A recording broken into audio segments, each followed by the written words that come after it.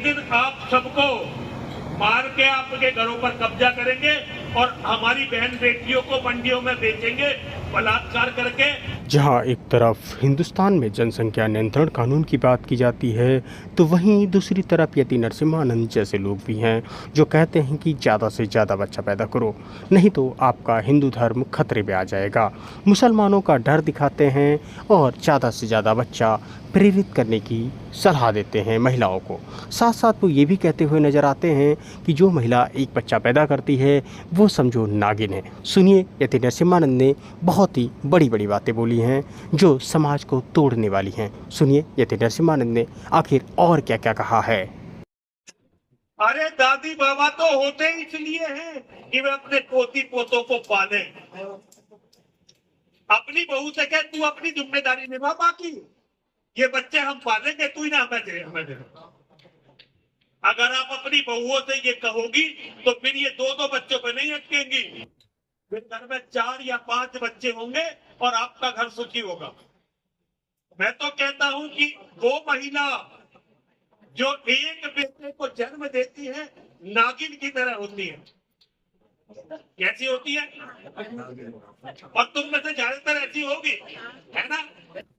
सबने यही कारनामा दिया होगा अंजाम। गीता पढ़ के देखिए, गीता ये कहती है कि दुनिया का सबसे बड़ा पाप अपने वंश का विनाश होना है। अगर बाबूजी हमारे वंश का विनाश हो गया तो हमारे जितने भी पूर्वज हैं वो सब स्वर्ग से धकेल दिए जाएंगे, क्योंकि ये माना जाता है कि किसी के भी वंश का विनाश तब होता है जब उसके सारे पुण्य समाप्त हो जाते। और आप एक बेटा, फिर उसके एक बेटा, कोई ना लड़े कोई ना मरे तो अभी 5 या 6 पीढ़ी में वंश खत्म हो ही जाना है। कोई एक्सीडेंट, कोई बीमारी, दुनिया में बहुत सारे झगड़े बगड़े। वैसे तो अभी एक बहुत बड़ी समस्या मुसलमानों की भी है, जिनका केवल ये उद्देश्य है कि एक दिन आप सबको मार के आपके घरों पर कब्जा करेंगे और हमारी बहन बेटियों को मंडियों में बेचेंगे बलात्कार करके या अपनी रखेल बनाएंगे। मेरी बेटियों क्षमा करना, ये बात गलत है पर मुझे कहनी पड़ेगी। ये मैं झूठ नहीं बोल रहा हूं आपसे, मैं झूठ बोलने के लिए बाबा बने, झूठ बोलता ही नहीं, मैं सच बोलने के लिए बाबा बना हूं। तो मेरी बेटियों, जो गलती तुमने कर दी अब अपने बच्चों से कहना, एक तो अपने बच्चों की शादी जल्दी करना। अब आप कहोगे हम तो भगवान का नाम लेने के लिए बैठे थे, ये पता नहीं कौन पाखंडी बैठा दिया, कैसी कैसी बात कर रहा। राजनीति की नहीं, धर्म समझा रहा हूं। हम बाबाओं का काम यही है, हम आपके द्वारा दिए हुई रोटी को खाते हैं। हमने जो ये कपड़े पहन रखे हैं आप में से किसी ने दान दिए हुए, ये घड़ी आपकी दान दी हुई है, ये कड़ा, ये चश्मा, हर रोटी का टुकड़ा, एक भी रोटी का टुकड़ा हमने कमाया नहीं। आप गली के कुत्ते को रोटी डालने लगो, गली का कुत्ता भी आपका वफादार हो जाएगा। तो हम तो फिर भी मानव हैं।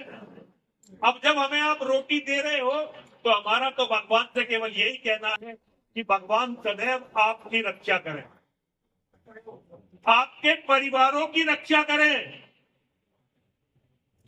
आपके बच्चों की रक्षा करें, और जो आपके बच्चों के, आपके परिवार के, आपके धर्म के शत्रु हैं, मेरी माँ और मेरे महादेव उनका विनाश करें। लेकिन केवल प्रार्थना से नहीं होता बेटा, कर्म भी करने पड़ते हैं।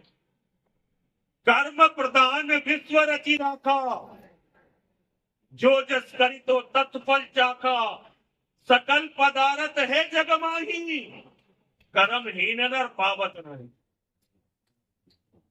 भगवान ने ये जो जन्म हमें दिया है, ये जो दुनिया बनाई है, ये कर्म करने के लिए बनाई है। और दुनिया में हर चीज है, अपने कर्मों से हम हर चीज को प्राप्त कर लेते हैं। लेकिन अगर हम कर्महीन हो गए तो हमें फिर कुछ नहीं मिलता। कर्महीन नर पावत नहीं, कर्महीन नर को कुछ नहीं मिलता। तो मेरी बहनों, मेरी बेटियों, मेरे बच्चों, मैं आजकल अपनी बहनों से, बेटियों से कह रहा हूं, आदमियों से तो कहना मैंने छोड़ दिया तो समझते ही नहीं। तो मैं अपनी बहनों से, बेटियों से, माताओं से यही बात कहते घूम रहा हूं, अपने घर, अपने परिवारों को बचा लो। एक तो अपनी जो जुबान है ना, थोड़ी इस पे काबू रखना सीखो, और जुबान का प्रयोग घर में प्यार बढ़ाने के लिए करो। अपने पति को उसके भाइयों से, भतीजों से जोड़ने के लिए करो। ऐसा धरती पर कोई बेटा नहीं होता, कितना ही लायक बेटा हो, एक दो बार जीवन में जरूर कहता है कि तुमने हमारे लिए क्या क्या। और यही बात अगर देवर के लड़के, जेठ के लड़के कोई कह दे तो उनसे लड़ाई। अपने लड़कों की भी तो सब खेलते हो। ये सोचो कि वे भी तुम्हारे बच्चे हैं और हम सबकी रक्षा का दायित्व तुम्हारा है। हमें बचा लो मेरी बहनों, मेरी बेटियों, मेरी माताओं। आपसे कर जोड़कर आप ये समझो कि आपका एक बूढ़ा बाप, ज्यादातर आपके पिता की उम्र का हूं मैं, और जैसे बहन जी बैठी हुई है, माता जी बैठी हुई है, इनके छोटे भाई या बड़े भाई की उम्र का हूं। मैं आपसे हाथ जोड़कर कहता हूं, अपने बेटों को बचा लो, अपनी बेटियों को बचा लो, अपने पतियों को बचा लो, अपने परिवारों को बचा लो। ये खा जाएंगे और तुम्हारे नेता तुम्हें नुचवा देंगे इनके हाथ से। मुझे नहीं पता आपको मेरी बात ठीक लगी, अच्छी लगी, बुरी लगी, पर मैंने कुछ भी झूठ नहीं कहा। और बस इतनी बात कहने के लिए मैंने भाई साहब से कहा था कि मैं आ रहा हूं। आप सबने मुझे मेरी बात रखने का मौका दिया, आप सबका बहुत बहुत आभारी हूं। माँ और महादेव सदैव आपकी रक्षा करें, आपके परिवारों की रक्षा करें, आपके वंश की रक्षा करें, आपके बच्चों की रक्षा करें, आपकी सभी सात्विक मनोकामनाएं पूर्ण हो। आपका घर धन धान्य और बेटों से भरा रहे।